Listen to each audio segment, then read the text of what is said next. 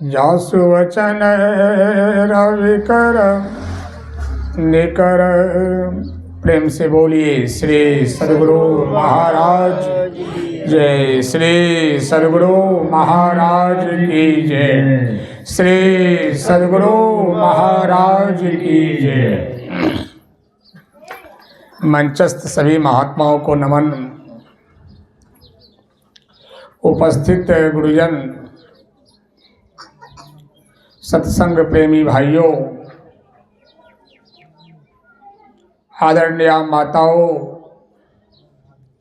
भक्तिमती बहनों,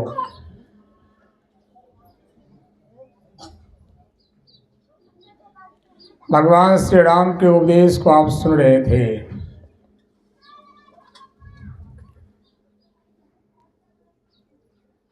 भगवान श्री राम ने जो उपदेश दिया, इसी को हमारा सद्गुरु महाराज जी लोगों को समझा दिए।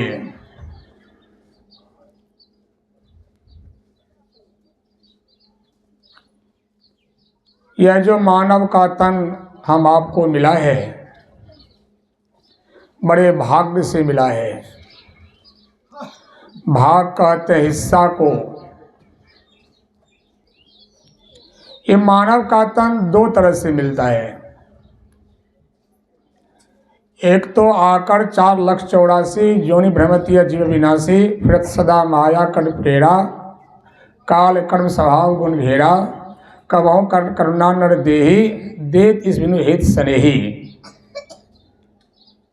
84 लाख योनियों में भटक कर उस कोटा को पूरा करके भी मानव का तन मिलता है। और एक मिलता है भक्ति बीज विषय नहीं, आय पड़े जो चोल, कंचन जो विष्ठा पड़े, घटे न ताको मोल।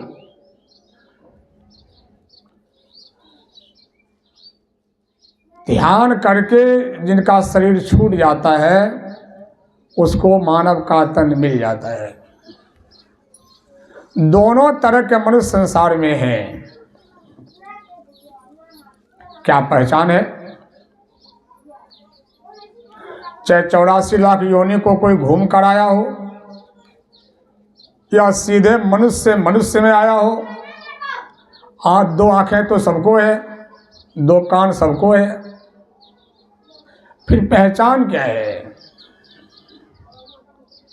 जिससे पहचान होगी, मन बुद्धि भीतर में है। जो 84 लाख योनियों को घूम कर आया है, जिन जिन योनियों में गया है, जिन संस्कारों में भोगा है, उस सब अपने मन बुद्धि में समेट कर लाया है। जो मानव से मानव में आया है, जो भजन करके आया है, ध्यान सत्संग करके आया है, उसके मन बुद्धि में ध्यान और सत्संग है। इसलिए बहुत लोगों को सत्संग नहीं पसंद है, बहुत लोगों को कम पसंद है, किसी को विशेष पसंद है, किसी को सत्संग ही प्राण है। हमारे पूज्य महर्षि दरबार प्रवण जी महाराज कहा करते थे, लोग अपने बच्चों को कहते तुम गधा है क्या रे, तुम बैल है क्या रे। क्यों कहा? गधा योनि से आया है, बैल योनि से आया है। मानव का तन तो पा लिया, संस्कार गधा बैल वाला है। किसी को कहते इस बच्चे की बुद्धि जड़ है, पढ़ाते पढ़ाते कितना पढ़ाए बाबा, कुछ भी नहीं सीखा। वह गाठ जोनी से आया है। किसी तरह से भी आया हो, मानव का तन पा लिया तो सब करने के अधिकारी हो गए। पूज्यपाद कहा करते थे, कोई सत्संग करके आया है, कोई कर रहा है, कोई करेगा, तीनों में फर्क है। भगवान श्री राम ने कहा कि जितने मनुष्य तनधारी, बड़े भाग मानुष तन पावा। भगवान राम ने कहा आप लोगों को बड़े भाग से मनुष्य मिल गया।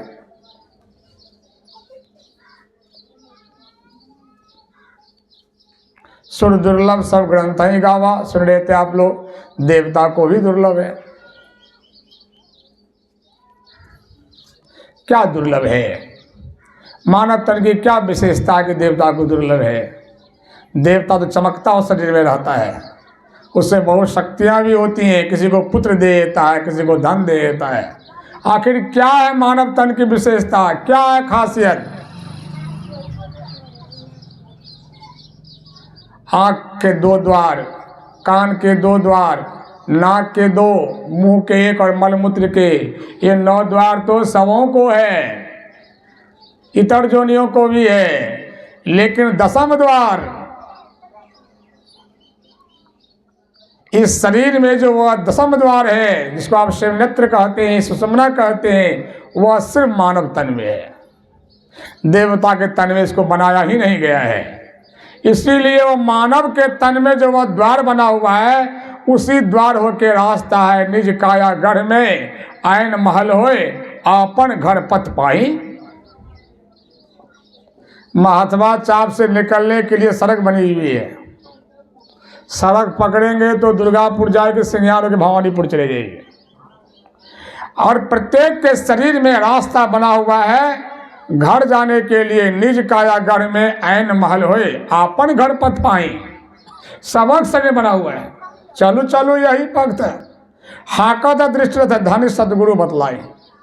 यही है मानव तन की खासियत। वह जो रास्ता बनाकर छोड़ दिया गया है, उस रास्ते पर चल करके आप अपने घर को गमन कर सकते हैं, निकल सकते हैं।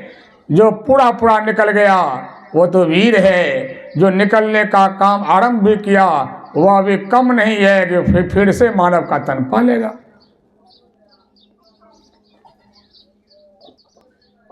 और जिस कारण से आप विशेष हैं, जिस कारण से आपकी पहचान है, उसी को ना जाने अनाथ लावे तो कैसा मनुष्य।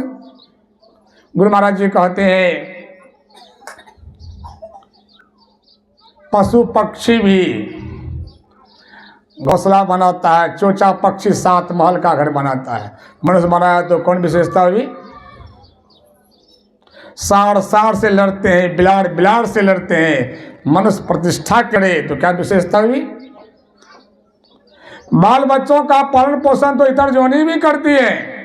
मैंने अपनी आंखों से देखा है, जिस चिड़िया का बच्चा उड़ नहीं पाता है, उसकी माँ भगवान ने उसको हाथ नहीं दिया है, चोंच में दाना चुग कर अपने कंठ में रखती है और फिर मुंह में मुंह मिलाकर उड़ेल कर खिलाती है। ऐसी हमारी माँ हमको नहीं खिलाती है।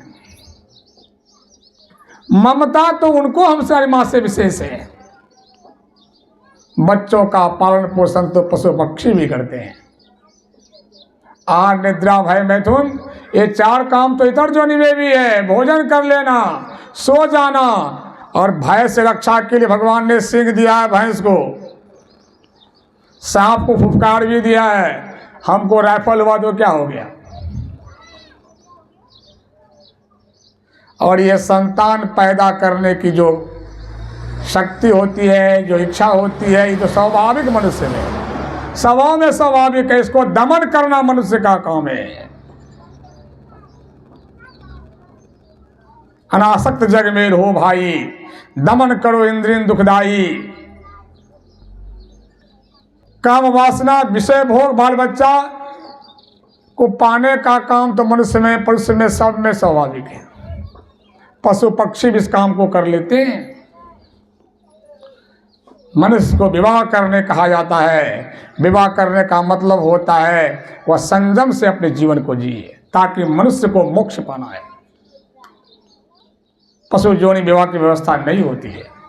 यही 4 काम में आप करके कहते हैं बड़े मनुष्य हो गए। भगवान राम के राज में तो इससे बड़े बड़े मनुष्य थे। राम राज में कोई कमी नहीं थी, दैहिक दैविक और भौतिक त्रिताप नहीं थे। ये भगवान ने अपनी प्यारी प्रजा को कहा इससे काम नहीं चलेगा। और भगवान ने यह भी नहीं कहा कि मैं राजा हूं, भगवान हूं तो सब आपका काम कर ही दूंगा, यह भी तो नहीं कहा। उन्होंने कहा कि साधन धाम मोक्ष कर द्वारा पाइन जही परलोक समारा, इस शरीर में साधन का है, साधन करिए। और जहाँ माता तुला देवी गई है अपने प्रलोक में, वहाँ हम लोग भी नंबर में लगे हुए हैं। पंजाब में रहते हैं लोग, उसको गाड़ी पर चढ़ाते हैं, भैया आप कब आइएगा, हमारा परसों का टिकट है। यही अंतर है। तुला देवी के लिए सभा लगी हुई है, हम लोगों की लगने वाली है। गुरु महाराज जी कहते हैं किसी के श्राद्ध में भोज खाने जाओ, याद रखो तुम्हारा भी श्राद्ध होगा, तब भोज खाने का मजा है। नहीं तो हम देखा एक सत्संग के कटिहारी में हम गए थे, बरारी घाट भागलपुर।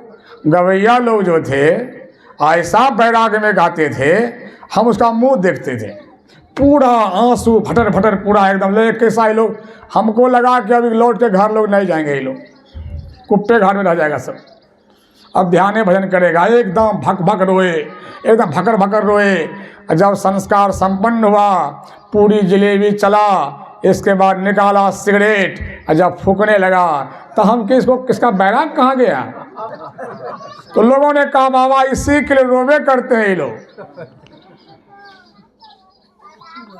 ये मरकट बैराग।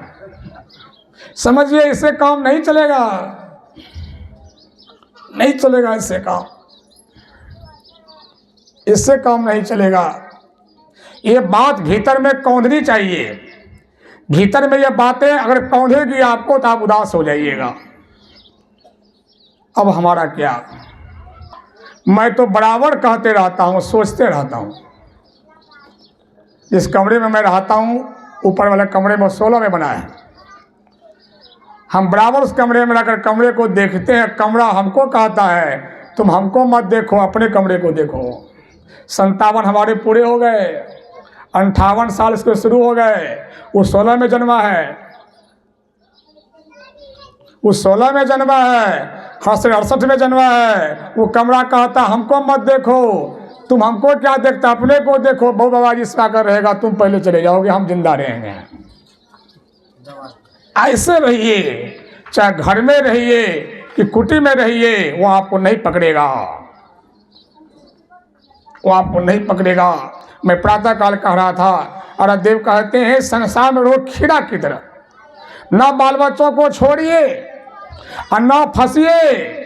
खीरा भीतर से अलग है, बाहर से एक है। और गृहस्थ जीवन में अधिकांश लोग बाहरे से अलग है, भीतर से एक है। ज्ञान की बात जब बोलेंगे, ककरो बाबा ककर पूछे कथी के बाल बच्चा, और झाँक कर देखिएगा तो रविवार सत्संग में कहा गए हो 2 कट्ठा पटवे रही है, वो बड़ा नुकसान में भेजती है। ककरा ले ये आसक्ति देखिए, ये जीवन जीने की कला। अगर जब तक ये बातें मन में ना कौंधेगी, ध्यान कहाँ करेंगे। महात्मा चाप में हमारा घर नहीं है, जाने का मन करता है, जाने का मन करता है। हम तो कल से सत्संग में आ रहे हैं, कल सुबह आए, शाम में गए, आज शाम में जाएंगे, कल सुबह आएंगे, कल चल जाएंगे, फिर काहे के लिए आएंगे, फिर कभी सत्संग होगा तो आएंगे। लेकिन महात्मा चाप में रहने वाले भाई बहनों, आप लोग इस गांव से कब निकलिएगा, बता दीजिए।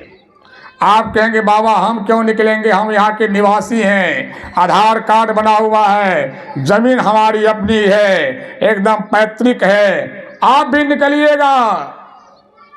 अगर हम कल तक के लिए आपके गांव में हैं, तो माता तुला देवी कह रही है हमसे सीखो, सीखिए माता तुला देवी से। मैं कल से कह रहा हूं, सीखिए उनसे। जो बुद्धि माता तुला देवी को हुई, बहुत हमारे से साधु को भी नहीं है।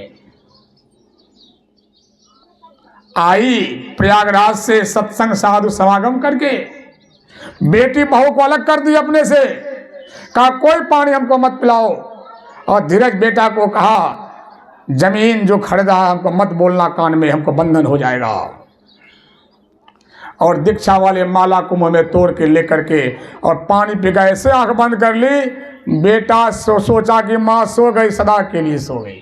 श्री सद्गुरु महाराज, ये उनके जीवन की कमाई थी। ये जीवन में दिखा जाता है हम अलग थे। सत्संग घर देखिए, और हम तो कहते गुलशन जैसा पोता साधु बना करके गई माता जी। जिसका पोता साधु बनने का संबल इस उम्र में लिया हो। वह कितनी भाग्यवती थी, कैसी माँ थी। और एक बात और भी कह कर गई, हम साधु समाज को भी आज विचार करना पड़ेगा। व्यस्त जीवन में थी, पुत्र पौत्र वाली थी, और कह कर गई है कि हमारे मरने के बाद पिंडदान तो नहीं है करना, हवन भी नहीं करना। हम साधुओं का कलेजा धड़क जाता है सुन करके। हमको धीरज ने खबर की, विनोद ने खबर किया, हम कहा ऐसे ही लोगों तो हम खोजते हैं, ऐसे सत्संग तो हम खोजते हैं जो कहे कि हमन भी कर्म कांड है। सत्संग योग में लिखा हुआ है, जो हमन करता है वो अंधकार में प्रवेश करता है, देवता का पूजा घोर अंधकार में प्रवेश करता है। साधु अंधकार में जाएगा कि प्रकाश में जाएगा।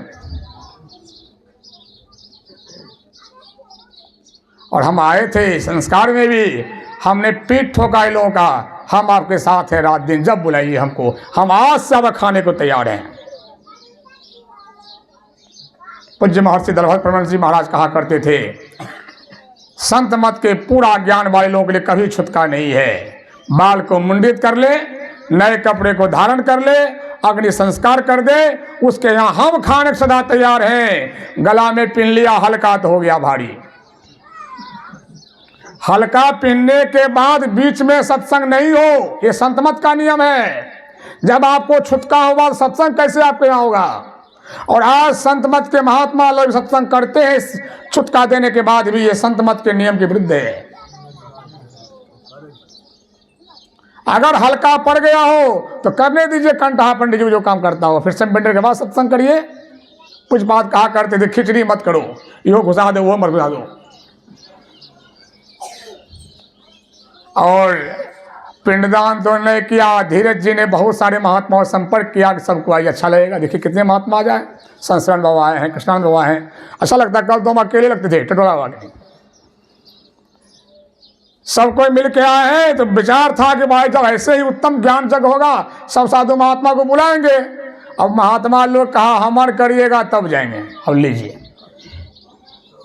गुरुजी कमजोर लोग बात बोले तो पढ़ने वाले का मनोज डोलेगा। तब लोगों ने कहा, हमारे पास गए थे सिसवानी सत्संग मंदिर बन रहा, मेरे छोटे भाई बनवा रहे हैं, मैं वहां पर था। और गया ये विनोद और ये धीरज, कहा बाबा एक समस्या आ गई है। तो हम सोचे घर में कोई विवाद हुआ होगा, समाज में लोग विरोध किया होगा। कहा नहीं, गौ समाज हम तो धन्यवाद देते हैं महात्माचार्यों के गोलों को। उस दिन भी मैं आया था, हम खुलेआम वहां बोल रहे थे जहाँ संस्कार हो रहा था, ये नियम है, सब लोग का जयकार कर रहा था। गांव में बैठक हुई है, धीरज ने कहा, पूरे गांव के लोगों ने कहा सबसे उत्तम काम। गांव का लोग कहीं विरोध नहीं किया। इन लोगों ने कहा बाबा समस्या आ गई है, साधु महात्मा ही आना नहीं चाहते हैं। हम क्या आपका विचार जो करिए। कहा नहीं करेंगे, कोई आवे कि नहीं आवे, तो हम क्या आपके साथ, हम हमेशा हैं, रात दिन हैं, कीजिए। भगवान ने नहीं कहा कर्मकांड करने प्रजा को, भगवान ने कहा साधन धाम मोक्ष कर द्वारा, पाए न जही परलोक समारा। भगवान श्री राम ने कहा ध्यान करो, साधन करो, साधन करो। क्या साधन हम करेंगे? इस शरीर में रास्ता बना हुआ है, इस शरीर में चलने का रास्ता बना, चलते तो हम रोज हैं प्रकृति के नियम में।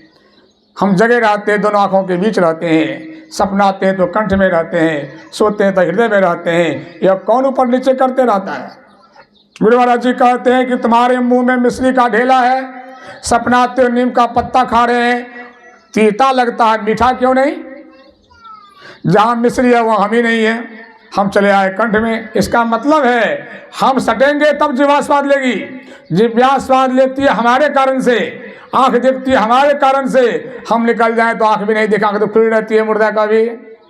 वही जीव जो है नीचे ऊपर करते रहता है। लेकिन गुरु से सीख कर जब हम ऊपर ऊपर मतलब सूक्ष्मता में गमन करेंगे, साधन करेंगे हम। अनदेव कहते हैं दोनों हाथ की चीज को कसकर पकड़ लो, शक्ति हाथों में आ जाती है। उसी प्रकार से दुष्धारों को जोड़कर सुषमन जकर कर पकड़ो, जोड़ जकर सुषमन में बैठो। गगन उड़िए रे मन तुम सो तीसरो नैना, महता से चल दीजो रे, चाहता चल दीजो रे। उड़िए कि नहीं, चिड़िया की हम भंगम मार्गी हैं, ऐसा उड़ने साधन करी। भगवान राम ने कहा प्रयागण यह काम करो।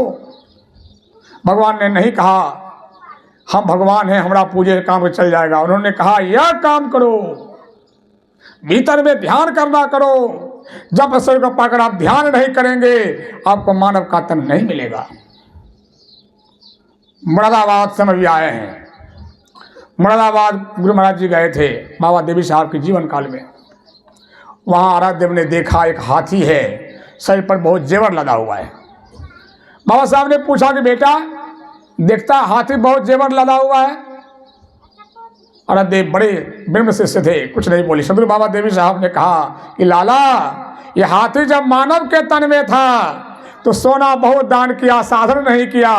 हाथी बन करके सोना का भोग भोग रहा है। दुर्गापुर में एक ठो बसा वाले बाबा हैं। हम तो इस बार जाने कि उसको जमीन भी बहुत है। हम बोले कि शायद मांग कर खाते होंगे। जागेश्वर बाबू ने हमको दिखाया, हम सत्संग का झंडा करने गए थे तो कहा कि सब जमीन बाबाजी का है। वो जब बसा बैल लेके भवन पे घूमते हैं तो लोग उस बसा बैल को लोग महादेव कहते हैं। मुड़ी झाड़ते हैं, टांग उठाते हैं, परवल कदवा खीरा सब झाड़ असुलता है। वो घूम घूम करके बाजार भी घूमता है शानदार से। उसका नाम है महादेव है। उसकी पूजा भी होती है। पंडित का पेट भी पालता, अपना पेट भी पालता है। कुछ तो खासियत है। और एक बैल तो हम लोग घर में होता है, 10 कोरास को गाड़ी में जोतते हैं। वो भी बैल है, वो भी बैल है। क्या फर्क मालूम पड़ता है आपको? उसका नाम पसंद महादेव कहाँ हो गया? वह जब मानव के तन में था तो महादेव महादेव तो बहुत बार कहा। अब महादेव क्या करते हैं, क्या कहते न सुना न जाना। तो महादेव महादेव कह के मर गया, पुण्य कमाया तो बैल जो ने वो हो गया महादेव। जटा निकल गया, उसको भी महादेव हो गया। ये पुण्य का फल। मानव तन नहीं पा सका। कोई कुत्ता कार पर घूमता है, डबल रोटी खाता है, ये सब उसके पुण्य का फल है। लेकिन मानव का तन आपको पाना है तो आपको ध्यान वाला पुण्य करना ही होगा। कृष्ण भगवान ने गीता में कहा कि योग के आरंभ का नाश नहीं होता। राष्ट्रपिता महात्मा गांधी जी बड़े योगी हैं। वे लिखते हैं गीता की महिमा में कि गीता के इस वाक्य को मैं यह समझता हूं। पूज्य बापू कहते हैं कि योग के आरंभ का नाश नहीं होता, ध्यान करने वाले को मानव का तन मिलेगा। पूज्य बापू कहते हैं, पूज्य राष्ट्रपिता महात्मा गांधी जी कहते हैं, मेरी तो यही इस पर मनसा है, मेरा तो यह विचार है कि उत्कट ध्यान जो नहीं करेगा, वैराग्यपूर्ण ध्यान जो नहीं करेगा, वह संस्कार साथ में नहीं जाएगा। योग के आरंभ का नाश नहीं होता। ये साधन करिए, साधन धाम मोक्ष कर द्वारा छुटकारा का रास्ता है। पाए न जय परलोक सवारा, सो पर दुख पावई, सिर धोनी धोनी पछताए, काल ही कर्म ही ईश्वर ही मिथ्या दोष लगाए। पछताते लोग, हमारे भाग्य में नहीं था, ईश्वर को मंजूर नहीं था, झूठे दोष लगाते हैं, झूठ दोष लगाते हैं। इससे काम नहीं चलेगा। यह बात नहीं सुनी जाएगी आपकी। यही तनकर फल विषय न भाई, स्वर्ग और स्वल्प अंध दुखदाई। इस शरीर का फल विषयों को भोगना नहीं है। विषय 5 होते हैं, रूप बढ़िया देखना, रस चखना, रूप रस, शब्द सुनना, सूंघना और छूना। 5 चाहिए, 5 प्लस रस रूप इनकर कहा न मानिए। गोस्वामी जी कहते हैं मत मानो इनका, बहुत पड़े भक्तों को। ये 5 विषयों से बचिए, मनुष्य का काम है। भगवान ने उपदेश तो अयोध्या जी में कर दिया, अब बचे कैसे? अब आंख नहीं मानती है, कान नहीं मानता है, नाक नहीं मानता है, जिह्वा नहीं मानती है, हाथ नहीं छूने से मानता है, कैसे करें? ये माइक जो बोल रहा है जोर से, ऐसे नहीं बोल रहा है, इसको ताकत मिल रही है कहीं से। गांव देहात में लोग कहते हैं फल्लमा बड़ा उछले से हो बाबा की जाने छो, ओरा पीछू में 6 आदमी की कोना उछले से, वो 6 भीतर में दबे वाला, तब वो ओकरे बल पर उछले से कि उसी प्रकार से हमारी इंद्रियां जो उछल रही है, इसको शक्ति मिल रही है किसकी? हमारी। बाबा हमारे कहते थे नेपाल में, चेतन धारा इंद्र घाट में उतरती है, संसार का ज्ञान होता है, विष का पान होता है, दुख का भान होता है, हम तरफ तरफ कर मरते हैं। शक्ति को समेट लो, इंद्रियां टाय टाय फिस फिस हो जाएगी। समझाते थे बसुल्ला काटता है लकड़ी को, लकड़ी पूछता है क्यों काटता है बसुल्ला? तोड़े जात तो हमारे पेट में घुसा हुआ डंडा। हम अपनी शक्ति को समेटें। कैसे समेटें? गुरु इंगित जगह पर एक तक देखने की कला सीखें, ये साधन करें। उस जगह पर एक तक अगर देखेंगे आप तो क्या होगा, शक्ति वहाँ पर केंद्र बिंदु पर सिमट जाएगी और धारा बहना बंद हो जाएगी, सब इंद्रियां अपने आप शांत हो जाएगी। और जब इस सिमटाव क्रिया करेंगे आप, सिमटा में बिछावन पसरे हुए समेटी ऊंचा होता है, ऊर्ध्वगमन होगा, ऊर्ध्वगमन आवरण का भेदन होगा, अंधकार प्रकाश में आप गमन करेंगे, भक्ति में दाखिल हो जाएगी बात। ये गोदान साहब, दादाजी के मुंह से पानी गिर गया। अब पंडित जी ने कहा जल्दी से बाछी लाओ, दादाजी का पुष्प पकड़ा दो। अब पकड़ भी नहीं पा रहे हैं, किसी ने पकड़ा दिए। अब दान कर दो गोदान, और तब दादाजी को परलोक में जाने में कष्ट नहीं होगा। और दान तो कर, दादाजी का प्राण पखेरु उड़ गया, दादाजी चले गए परलोक तरफ। और गैया तो यहीं पर है। अब पंडित जी गाय को भेजिए जल्दी से, नदी में जाएगा तब वहाँ पार करेगा। कैसे जाएगा गाय वहाँ, कहिए। अब गरुड़ पुराण में गोदान की चर्चा जरूर है, लेकिन समझने की बात है मार्कंडेय पुराण का वंश है। गरुड़ पुराण में वह जो चर्चा आई है, गरुड़ पुराण में गोदान का मतलब गाय नहीं होता है, इंद्रियां होती है साहब। प्रत्येक मनुष्य को अपने जीवन में गोदान जो माता तुला देवी ने किया, ग्रस्त जीवन में रहकर जिसको कोई इंद्रियां तबाह न कर सकी, जो जाने के समय में ना उस इंद्रियां बाकी, न जमीन, न जगह, न धीरज, न विशेषर बाबू कोई याद नहीं आया, वो गोदान की थी, दमन की थी। इस घर के बच्चे को जो हम देख रहे हैं कल से, वो जो प्रणाम करता है बच्चा, बच्ची ऐसे प्रणाम करता है। आज पूछे कैसे सीखने को है, दादी सत्संग बैठावे रहे, असली प्राप्त दादी सीखे के रहे। अपने शिक्षितों ने सिखाई, अपने शिक्षितों ने सिखाई। नहीं तो आज की दादी, आज की नानी तो घर में खाली फुसुर फुसुर उसी का घर को आगे लगाती है। हमारे एक भाई हैं, सत्संगी भाई, इंजीनियर हैं भोपाल में, साथ में हम लोग बहुत सत्संग ध्यान किए हैं।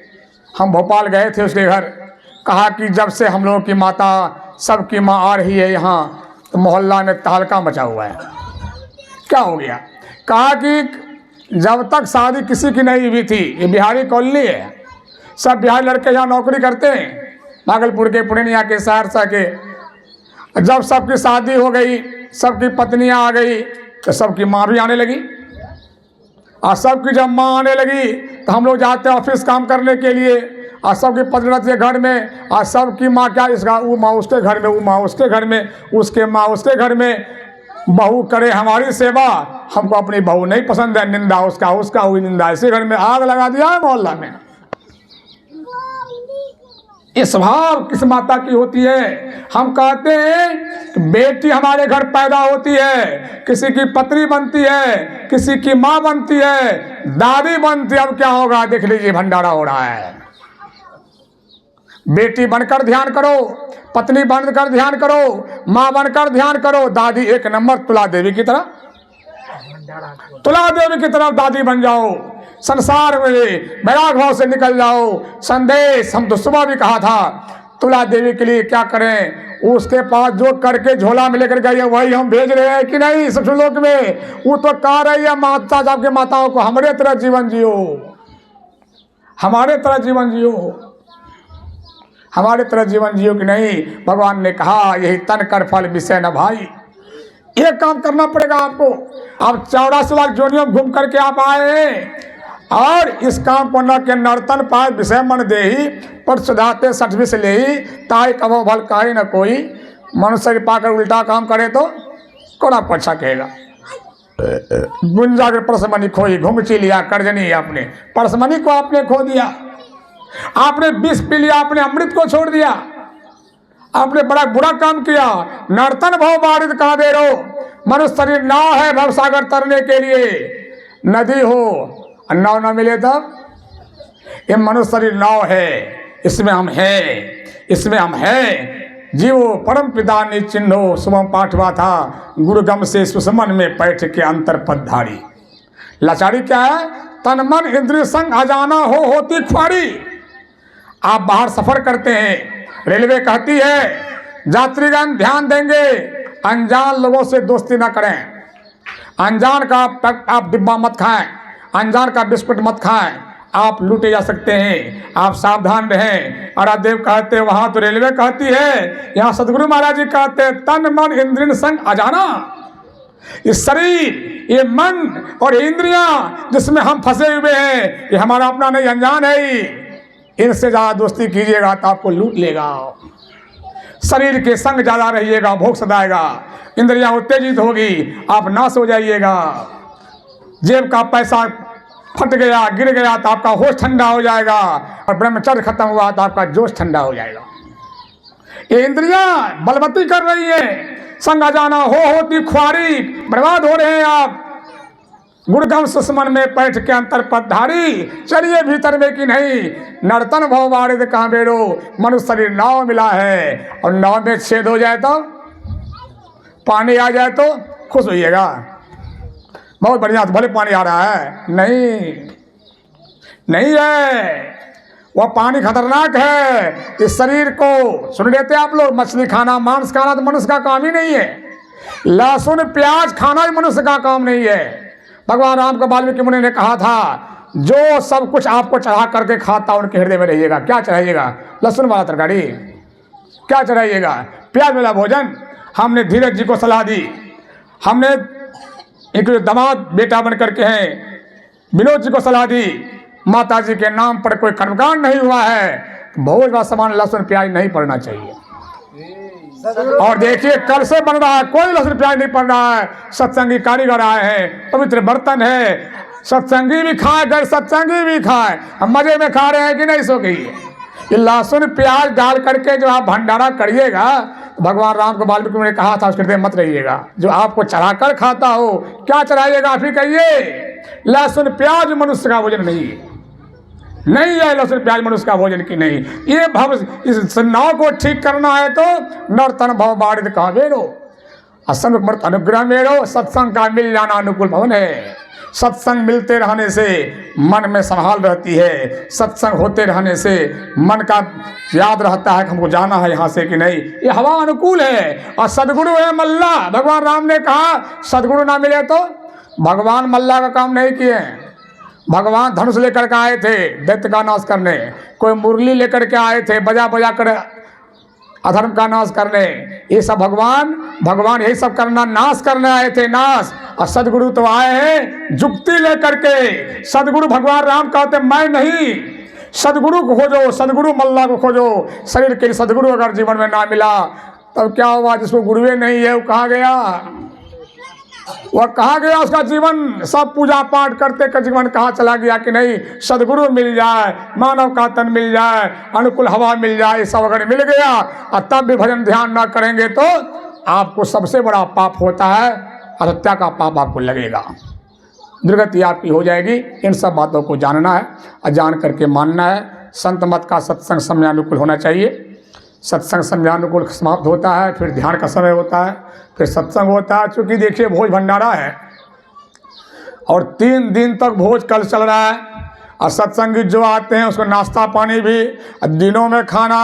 ये लोग तो हमारे भगवान पे कह कर आए हैं जितना लोग आइए सबको खिलाएंगे, सबको खिलाएंगे कि नहीं? उदारता के साथ। ये माता तुला देवी का पुण्य है, उनका तुला देवी पुण्य है कि नहीं? तो फिर शाम में तो भोज भंडारा है, औषधि बिंदी करके लोग आरती कर लेते हैं, बढ़िया करते हैं, फिर खिलाना पड़ता है। अब विशेष सत्संग फिर कल 2 बेले का है, प्रातःकाल और अपराह्न काल में। आप विस्तार से फिर कल जो बातें बची हुई हैं वह कल सुनेंगे। अपराह्न काल सत्संग करके ही सत्संग को समापन कर दिया जाएगा। तो कल विशेष भोज की का इंतजाम है, तो अपराह्न काल के बाद ये कार्यक्रम समाप्त होगा। प्रेम से बोलिए श्री सदगुरु महाराज।